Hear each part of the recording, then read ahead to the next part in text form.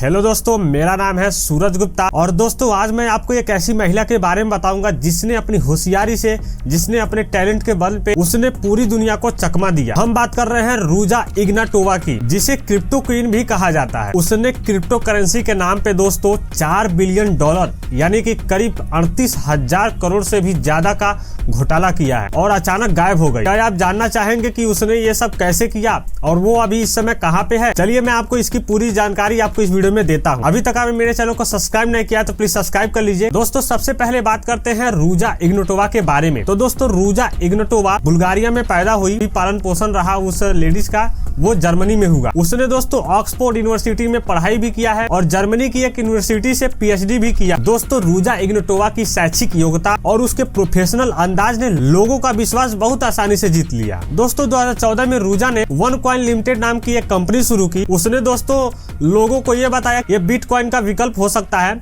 और यह दुनिया का सबसे बड़ा क्रिप्टो करेंसी बनने जा रहा है। अब मेन टॉपिक पे आते हैं दोस्तों कि घोटाला इतना बड़ा हुआ कैसे। दोस्तों रूजा ने लोगों को अपने नेटवर्क के साथ जोड़ा और लोगों को बहुत बड़े बड़े सपने दिखाए। इन्वेस्टर जो थे उनको ये बोला गया कि OneCoin को वो खरीदें ज्यादा से ज्यादा मात्रा में और उनको वो ज्यादा लाभ दिलाएगा वो कॉइन। लेकिन दोस्तों हकीकत में वो OneCoin जो था वो क्रिप्टो करेंसी था ही नहीं। यह एक स्कैम था जो कि पिरामिड स्कैम कह सकते हैं। जैसे 1 के नीचे 2, 2 के नीचे 4 ऐसे करके जो पिरामिड स्कैम बनता है वो इस तरीके से स्कैम था। मतलब लोगों को उसमें जोड़ना था और उसके हिसाब से उसमें कैलकुलेशन करके उनको लाभ होता। तो ये एक तरह से पूरा स्कैम था। वो एक क्रिप्टो करेंसी थी ही नहीं, जहाँ जो नए इन्वेस्टर हैं उनको पुराने इन्वेस्टर के पैसे उठाकर नए इन्वेस्टर को दिया जा रहा था। जब कोई नया इन्वेस्टर उस OneCoin में इन्वेस्ट करता था तो जो उसको प्रॉफिट मिलता था वो दोस्तों पुराने इन्वेस्टर के पैसे से उसको प्रॉफिट दिया जाता था। एक तरह से ये पिरामिड स्कैम की तरह काम करता था। दोस्तों 2014 से 2016 तक रूजा की टीम ने दुनिया भर के इन्वेस्टरों से लगभग $4.5 बिलियन जुटाए। अब इन्हीं बीच में जब मामला ये सब आया था तो रूजा का गायब होना इसी बीच में न्यूज आई। सबसे इंटरेस्टिंग खबर ये थी दोस्तों कि रूजा का गायब हो जाना। दोस्तों जब ये इंटरेस्टिंग न्यूज सबके सामने आई तो 2017 में जांच एजेंसियों ने इसकी पड़ताल की और उसी बीच में रूजा ने गायब होने का फैसला कर लिया। दोस्तों उसको आखिरी बार अक्टूबर 2017 में ग्रीस के एथेंस में देखा गया था। इसके बाद से उसका कोई पता नहीं चला कि वो कहाँ पे है। कुछ रिपोर्ट्स के अनुसार वो कहते हैं कि वो अभी रूस में छिपी हुई है, लेकिन कुछ और रिपोर्ट्स ये भी कहती हैं कि उसकी हत्या कर दी गई है या फिर वो अभी जिंदा नहीं है। तो कई रिपोर्ट्स अपने अनुसार अलग अलग बातें कहते हैं, लेकिन अभी तक कोई भी एक पुख्ता सबूत नहीं है कि वो है कि नहीं है और है तो कहाँ है। इसके बाद से अब एंट्री होती है FBI की। अमेरिकी जांच एजेंसी FBI ने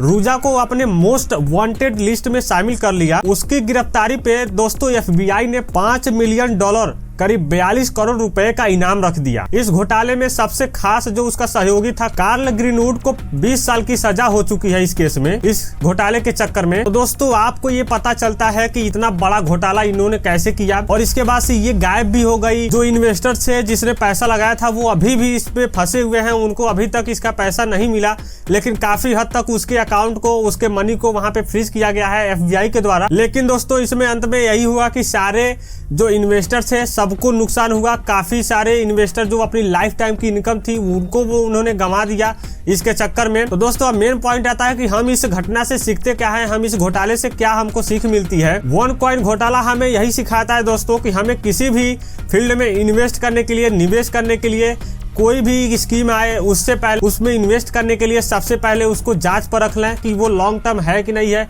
क्या वो ट्रस्टेड है कि नहीं है, उसमें कितना प्रॉफिट है, उसमें कितना पहले से कंपनी का जो पूरा नेट पोर्टफोलियो है कितना है। तो वो तो एक फाइनेंशियल फंडामेंटल बात है, वो आपको हर तरह के समझना पड़ेगा। खास तौर पे मैं एक बात कहना चाहूंगा दोस्तों, क्रिप्टो करेंसी एक बहुत ही पेचीदा प्रोसेस होता है। इसमें आपको हमेशा जानकारी लेकर ही निवेश करना चाहिए, पूरे समझदारी के साथ इसमें निवेश करना चाहिए और ज्यादा रिस्क नहीं लेना चाहिए, क्योंकि क्रिप्टो करेंसी कभी कभी आती है, एक बूम रहता है, उसके बाद से वो पूरा एकदम डाउनफॉल हो जाता है, मतलब पूरी कंपनी घाटे में चली जाती है। जैसे मैंने हाल के वीडियो में आपको बताया था बिटकॉइन का 10 लाख रुपए तक का वो सस्ता हो गया था। कितनी बड़ी क्रिप्टो करेंसी है जो कि एकदम 24 घंटे में ही 10 लाख रुपए तक का वो सस्ता हो गया बिटकॉइन। तो इससे यही पता चलता है कि अगर आप क्रिप्टो करेंसी में इन्वेस्ट कर रहे हैं खास तौर पे, तो आपको एकदम समझदारी के साथ काम लेना है और जो भी फाइनेंशियल फंडामेंटल होते हैं उनको एकदम एनालाइज करना है पूरा डीप तरीके से। उसके बाद से जब वो पूरा पॉजिटिव वे में अगर आपको रिस्पॉन्स मिल रहा है है, उसके बाद से आप अपने अकॉर्डिंग उसमें इन्वेस्ट कर सकते हैं। तो दोस्तों ये थी क्रिप्टो क्वीन रूजा इग्नोटोवा की कहानी। अगर आपको ये वीडियो पसंद आया दोस्तों तो इसे लाइक करें, अपने दोस्तों के साथ शेयर करें, और मेरे चैनल को अभी तक सब्सक्राइब नहीं किया है तो प्लीज सब्सक्राइब कर लीजिए। और आप क्या सोचते हैं इस घोटाले को लेकर प्लीज कमेंट में मुझे जरूर बताएं। चलिए मैं मिलता हूं किसी और नेक्स्ट वीडियो में, तब तक के लिए जय हिंद एंड जय भारत।